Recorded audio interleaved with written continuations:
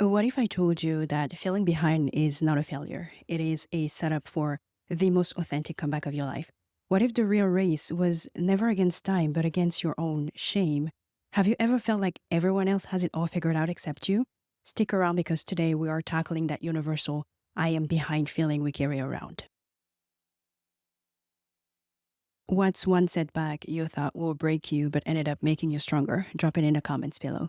Hey lovely people, I'm Layla and welcome back to my channel where we dive into personal development and inner work. So let me kick things off with my own curse turned blessings. I have always been a great student who loved school, but when I got to college, I wasn't sure what to study. Eventually, I settled on entrepreneurship and small business management. Then, 2 semesters before graduating, my whole world got turned upside down.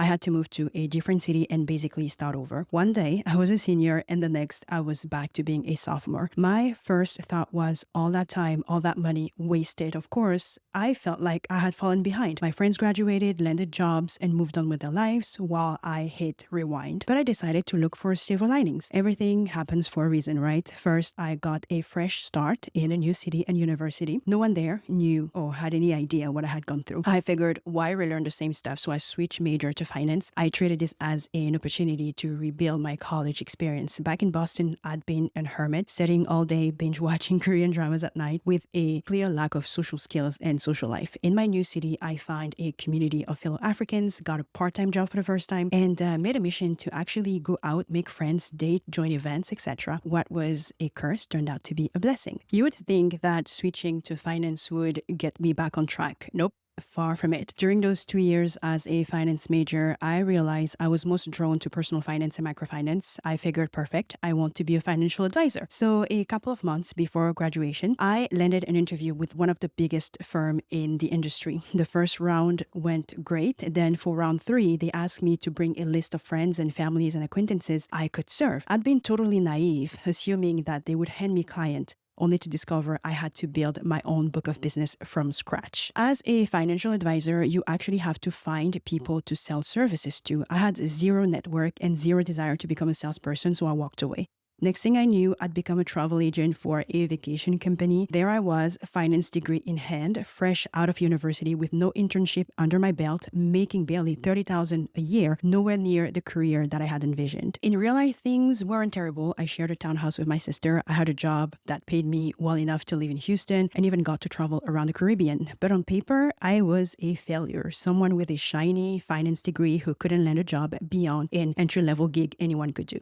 And every time I thought about how much time and money were poured into my degree only to end up selling cruises, I felt a knot in my gut, especially when you hear classmates brag about, starting at top firms and you can't help but feel like you missed the memo. When you perceive yourself as lagging behind peers, whether in career milestones, in relationships, or personal goals, that comparison often triggers shame rather than simple disappointment. Shame and the sense of being behind in life are deeply tangled. And at its core, shame is the painful belief that we are flawed and unworthy. It's the voice whispering, there is something wrong with you. Shame around feeling behind often starts with that painful twinge of social comparison. It isn't just momentary embarrassment, but a corrosive voice that chips away at your self-worth and drives you to hide perceived flaws. Once shame takes hold, it sparks avoidance. You procrastinate, you withdraw, you shy away from opportunities, whether that's applying for a new job or reaching out for help, which only deepens the gap between where you are and where you want to be, reinforcing the belief that you are perpetually behind. Over time, if shame goes unchecked, it hardens into a chronic state where every mistake feels like proof of inherent unworthiness. Your inner critic drowns out any hope of self-compassion, making it nearly impossible to take risks or bounce back. It also paves the way for anxiety, depression, and a paralyzing fear of failure. In this way, shame doesn't just reflect feeling behind, it actively keeps you there. So, are you hiding your struggle rather than owning it? Here's a cautionary look at how shame's pressure doesn't just hold you back, it can actually push you into pretending, lying, and even cheating, all in the service of protecting a fragile self-image. When you feel deeply ashamed of being behind, that fear that others will see you as a failure can drive you to present a false front, portraying yourself as, more successful or confident or put together than you actually are. In psychology, this is often understood through moral disengagement, where people sanitize their own mistakes with euphemism languages or rationalization so they can sidestep guilt and shame for dishonesty. Once you start down that road, cognitive dissonance kicks in. You hold two conflicting beliefs.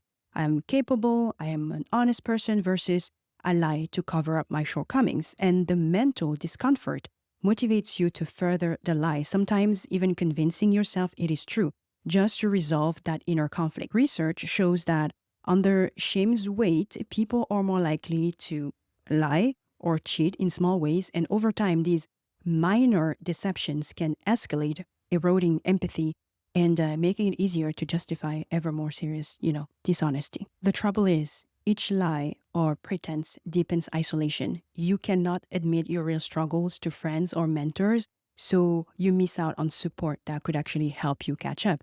In the end, and that's the irony of it all, the effort to escape shame by faking success often leaves you more ashamed and farther behind than if you'd face your setbacks openly. Let this be a warning. While the urge to hide failures is natural, leaning into authenticity and asking for help is the only way to break shame's grip without sacrificing your integrity.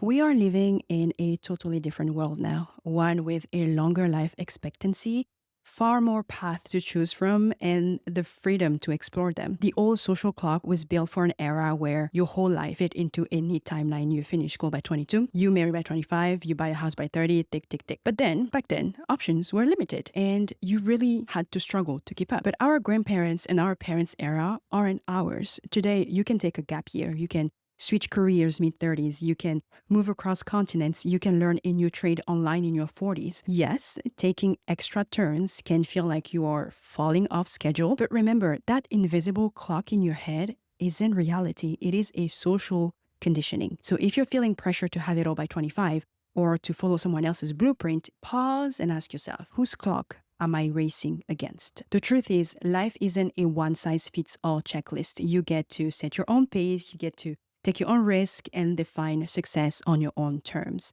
And sometimes the richest rewards come from detours that look like setbacks on paper.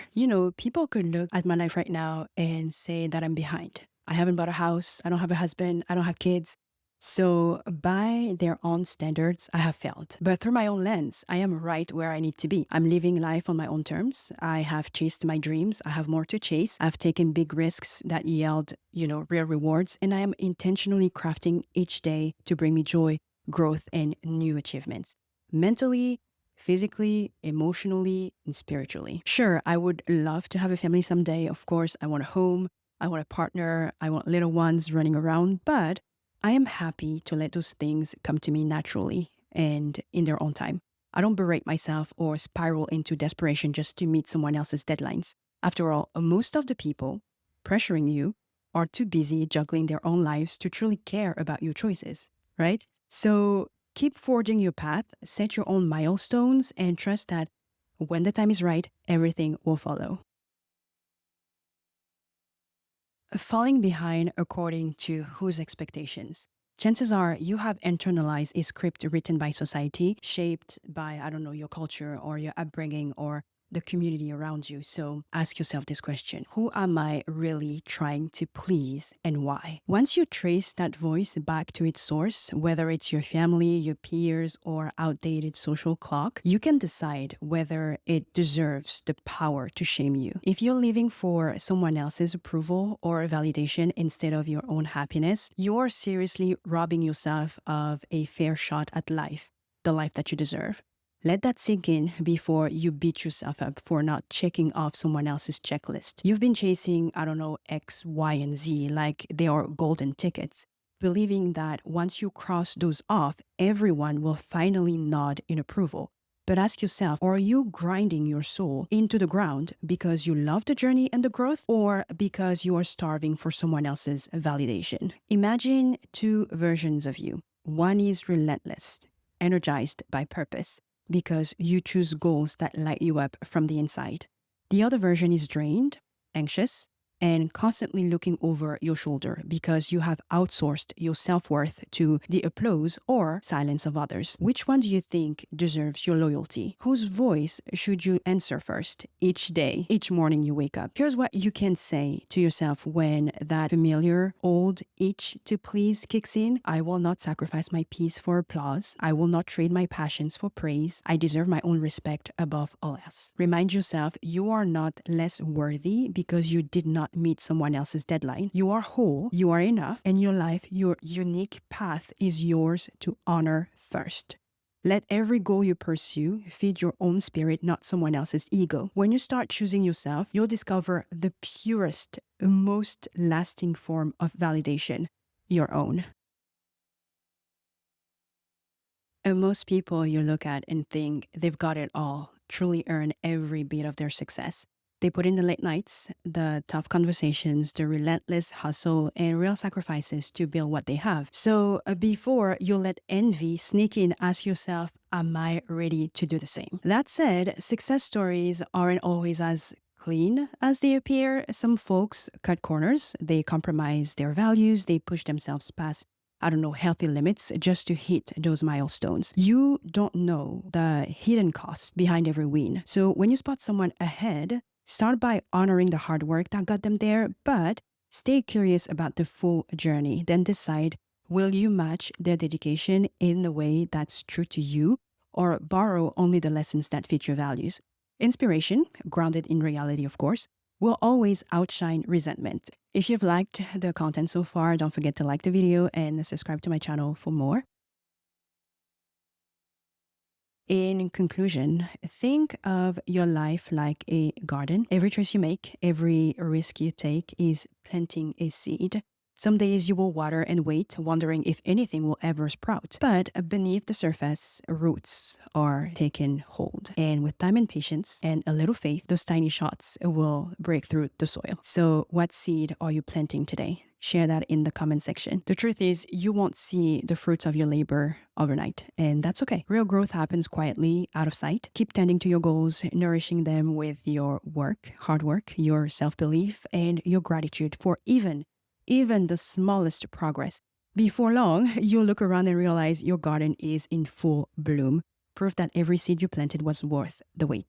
What you have today, remember that, is the fruit of your own dreams, and that alone deserves recognition. Pause for a moment to honor every challenge you face, every late night you push through, every failure that taught you something new. Be grateful for the growth it took to get you here. Also remember, you are far more capable than you can imagine. If you look back at who you were 5 years ago, you would barely recognize yourself, right? So that's proof you can keep evolving. Let gratitude for today fuel your confidence for tomorrow, because the same spark that carried you this far can carry you exponentially further.